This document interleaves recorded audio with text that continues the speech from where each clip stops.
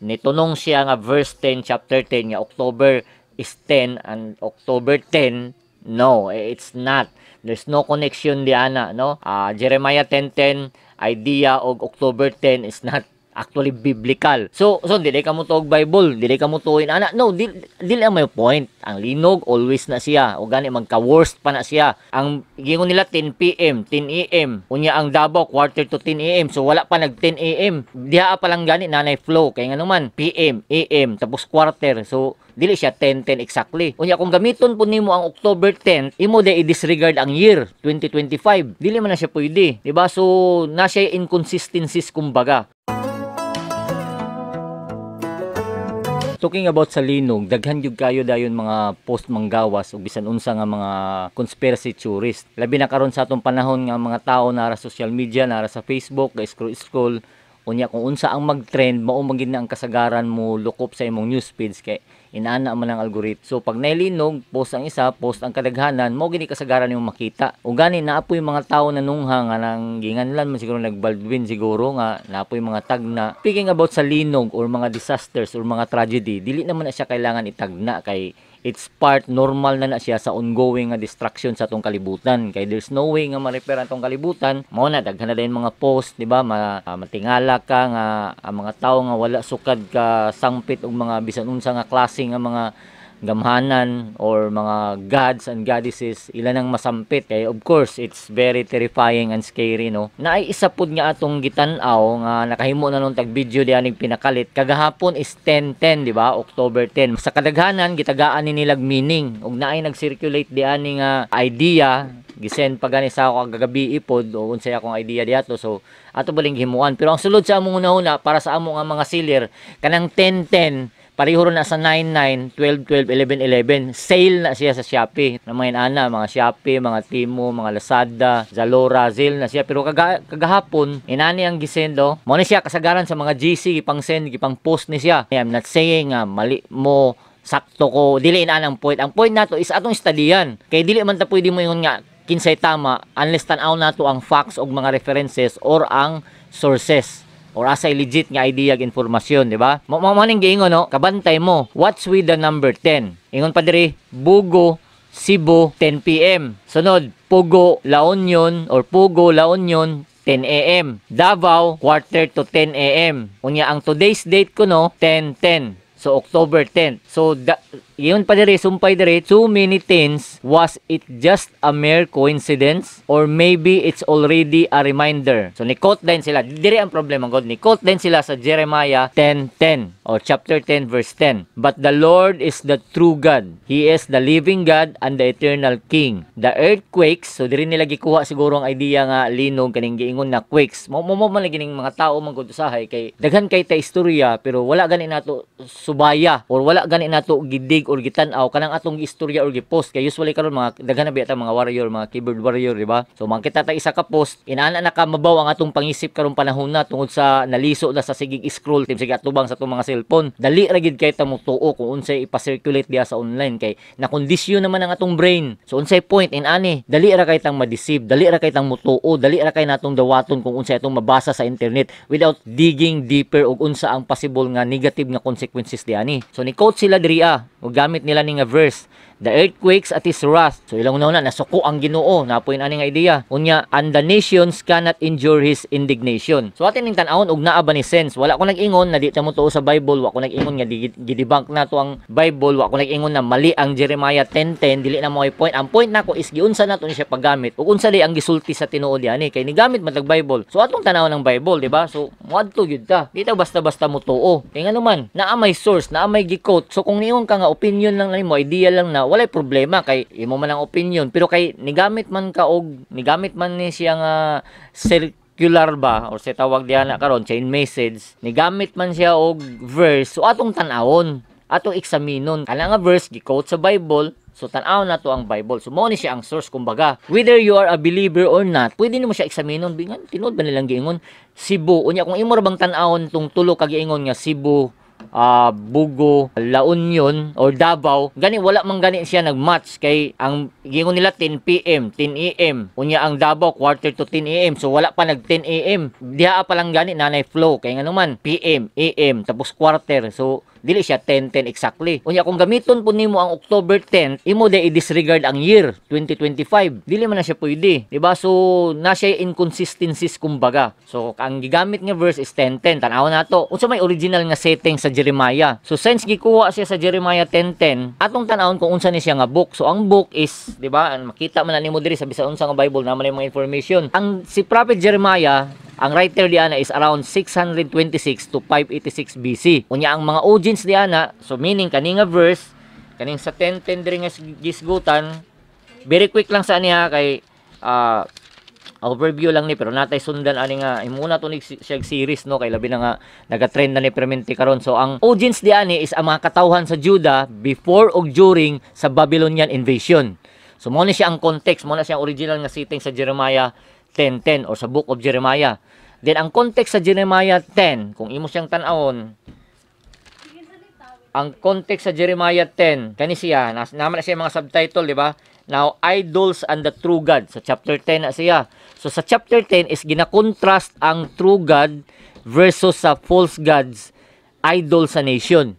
So mo na ang thought niya, mo nang nasulat ni siyang kaning, but the Lord God is the true God, He is the living God and the everlasting King, and His wrath the earth will tremble. Ang uban version ni gamit og quake.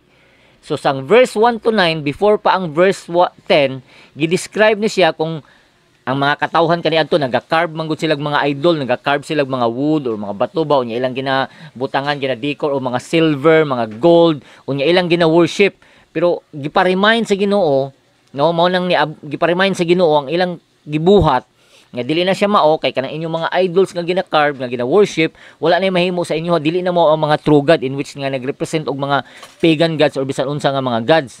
Then iabot dayon ang verse 10. So mo na siya, but the Lord God is true God. Kanang ginagamit karon sa nag-circulate nga matud pa ang linog na hitabo 10 PM, 10 AM, unya ang isa sa Davao quarter to 10, unya October 10. So what about sa mga other nga mga linog nga nahitabo pod nga wala nito nung sa inana nga date, di ba? So dili ka mo tuog Bible, dili ka mo tuoy ana. No, dili ang may point. Ang linog always na siya o gani magka-worst pa na siya. Magka-worst pa na, di ba? Kay towards destruction magining kalibutan. Ang hope is gihatag lang diha sa Ginoo ngadto sa iyaha, diha sa iyaha. O makuha lang nato diha sa iyaha. Pinagi sa bugtong anak kamo si Jesus Christ. I believe in that. Depende sa inyo ug mutuo mo. Pero inani since ni quote man gud sa Jeremiah 10 mo nang atong gi-examine aron dili ta magpataka, di ba? Dili na to ma-misapply ang verse. Again, usbo nako kung ikaw niingon ka nga opinion lang ni nako nga mao ni wala kay gigamit nga source, it's fine because imuha man na wala may makabuot sa atong mga hunahuna. Pero kani gamit kag verse atong gitanaw ang verse, atong gi-examine ang source. Di ba? Tan-aw na to ang context, tan-aw na tong original nga setting, tan-aw na ng history kay dili man na siya pwede nga mogamit og usa ka bisan unsa nga book unya gamito nato sa atong opinion para mohaom lang sa ka idea kay naman po'y dangerous diya na aturan ng tanawon sa next nato nga video. So si Jeremiah nagdeclare nga unlike sa mga lifeless idol kani siyang gigamit nga verse, the Lord which is Yahweh or YHWH is alive, eternal, sovereign over nature and nations. Ang iyang his wrath, this is divine wrath, this is not wrath, anger nga sama sa tao. His wrath causes the earth to quake. Pero dili ni siya literal nga earthquakes, no? But a symbolic ba nga ang Ginoo naga-shake sa nation through sa judgment. Pinaagi sa judgment, either for example sa time ni Noah, judgment by water, sa end time judgment by fire, during sa time is ang judgment nga kanang sa nations against nations, like sa Egypt sa mga plagues. So mao na siya ang meaning dyan. If you want to go deeper, tanawa lang sa comment section para mas straight lang atong video, no? Kay ang atong gikuha ra diri nga point kanang giingon nila nga October 10 kagahapon unya 10 PM 10 AM na hitabo ang linog sa Davao quarter to 10 unya ni quote sila Jeremiah 10:10. Mao ra gini atong point nga atong kumbaga gi-debunk nato, no? So nganong gisulti na siya ni Jeremiah kay ang Judah in which nga mao ang original nga settings, original nga audience di ani nga book. Ang Judah manggod gisundog nila ang mga pagano nga mga nations, no? Gi-imitate nila ang mga pagan nga mga nations nga ang kanabitong mga ni-trust sila sa ilang idols, ni-trust sila sa ilang mga god. Instead, sa or sa mga foreign nga mga god instead ngadto sa buhi nga Dios, no, nga mao ang Ginoo nato nga biblical god, nga mao si Yahweh, nga mao si Jehovah. So dito sila ni trust. Murag sa karon gud nga time nga ni trust ka sa imong career, ni trust ka sa imong wealth, ni trust ka sa imong mga positions. Inana ra na siya nga idea, modern lang karon. Ingon diha aga ni nagwarning gani si Jeremiah nga don't trust in these dead idols. They will not save you when the living God rises in judgment. So God is shaking the foundations sa ato nga mga pagtuog, faith or quake. Gani kana siya nga quake nga gisgutan diya sa Jeremiah 10:10. Kung imong tan-awon diya sa context niya, history niya, kana sa pagkasulat diya na before pa na nahitabo, naigiingon na katong 586 before 586 in which nga nahitabo siya nga mao to ang Babylonian nga invasion. Part to siya sa gitawag nga earthquake of divine wrath. So mao to siya shaking. There are many things nga gisgutan diya, shaking sa foundations, shaking sa imong spiritual nga kahimtang, shaking sa imong faith. A lot, basta I hope na nakuha ninyong point, no, kay kung atong i-expound taas yun siya kayo, no, but mo na to siya ang kinatibukan. Ako na ibutan sa comment section ang detail or plastada. So gusto gid kamo tan-aw ang chapter and verse numbers, mo ni ang timan-an nato pag mo-study ta sa Bible, no, kay may mata October 10 nahitabo unya 10 PM 10 AM nya quarter to 10 ang sa Davao, no, ang chapter and verse number, remember we're talking about the Bible, gisulat ni siya Hebrew o Greek. Ang original baya diani is wala baya ni chapter o verse division. So we cannot say no, although layo na gayon tani, pero still i-appeal nato. Dili nato pwede gamiton ang verse number, chapter number, kay originally walay verse o chapter ni siya. Gigamit lang na siya sa mga scholars. Dili na siya part sa original nga pagsulat kay mga Hebrew, sa Hebrew o sa Greek o sa Aramaic, dili na siya part sa pagsulat, no? Kung sa inspired nga text, kung dili sa division lang na siya in order nga readable og dali siya masabtan sa tao og makuha na to ang division sa mga stories, no. Then ikaduha nga atong timan-an, ako rin ibutan sa comment section pod, ang Jeremiah 10:10 dili na siya about sa October 10. Ang Jeremiah 10:10 is about idols og ang pagka halangdon, ang pagka sovereign sa ato nga Ginoo. So, ang Jeremiah 10, nagakontra siya sa idol with the living God. Og nag-warning sa Judah kaniadto about sa mga false gods, false na mga butang nga gisaligan nato. So, kung kuhaan nato siya og lesson sa pagkakaron, dili sa ingon na nahitabo ang linog sa Davao quarter to 10, nahitabo sa Cebu 10 PM, nahitabo sa ubang lugar 10 AM. Dili ana, kung dili ang 10:10 kung atong gamiton, nagawarn siya sa atua about sa dili sa pag-trust sa bisan unsa nga butang, even sa human, but to trust God. I think ana lang ka simple. Ako ra ibutan sa comment section para dili kay mo taas ang atong istorya, no. So ang biblical dating, kung mogamit manggaling ang Bible og mga dating, especially sa prophecy panghitabo, explicit kay na siya og historical og tataw gid kay na. For example, di ba? In the 7th year of the king, example kani nga king or regnal years in the month day, naka-state gyud na siya, dili ingon na mo gamit ang tungod kay verse. For example, Jeremiah 7:7 kay 7. What if July 7 hitabo mo gamit pud tag Jeremiah 7:7? What if walay quake didto? So inaana ra na siya, no, para lang maplastar o mabutang nato sa tama nga pag-apply ang verse nga tong ginagamit. Then for example, 70 weeks, 42 months, inana na mo gamit ang Bible, iya ginang i-name, no, kanang especially sa prophecy like 2,300 days, 70 weeks, mga inana, very clear na siya. So ang social media, pattern seeking, ginagamit ang mga pattern people, normal na siya, no, gitawag na siya apopenia, confirmation biases, clustering illusions.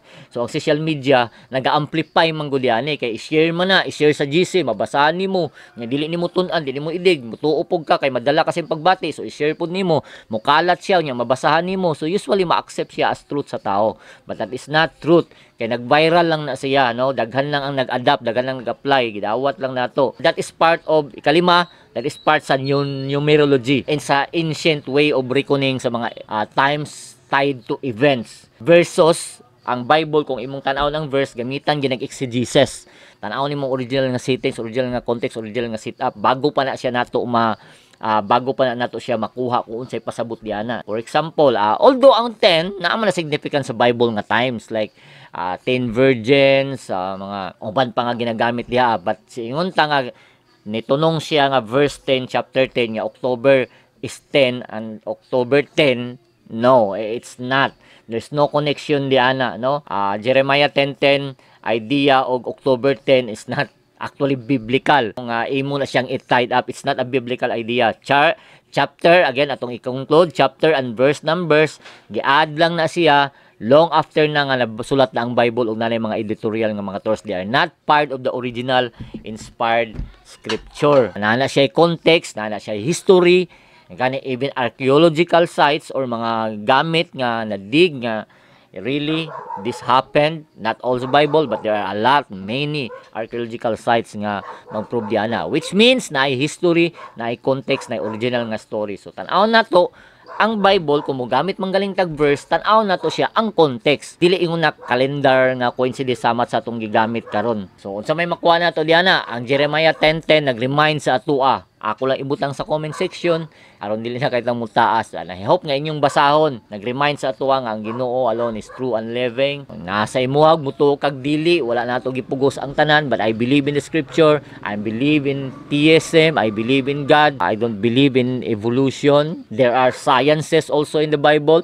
There are archaeological and history in the Bible. It's up to you na, it's up to you. So I hope sa inani nga panghitabo, instead og magsend og mga cryptic nga mga message or kanang somehow mga ancient nga mga eastern nga mga magical or something like creepy nga mga way of messaging, let's just focus na lang nailinog, wala tayo mahimo, that's part sa nature. So mga preventive measures na lang, mga warning na lang, to be alert. O gana, watch sa news, watch sa mga updates, careful lang, double check itong mga building, inana lang siguro kaysa kanang mga inani nga mga murag wala, lagpas gid siya, layo ra siya. Pero although nag-warn siya, pero there's a danger. Unsa may danger diyan sa next video. Salamat.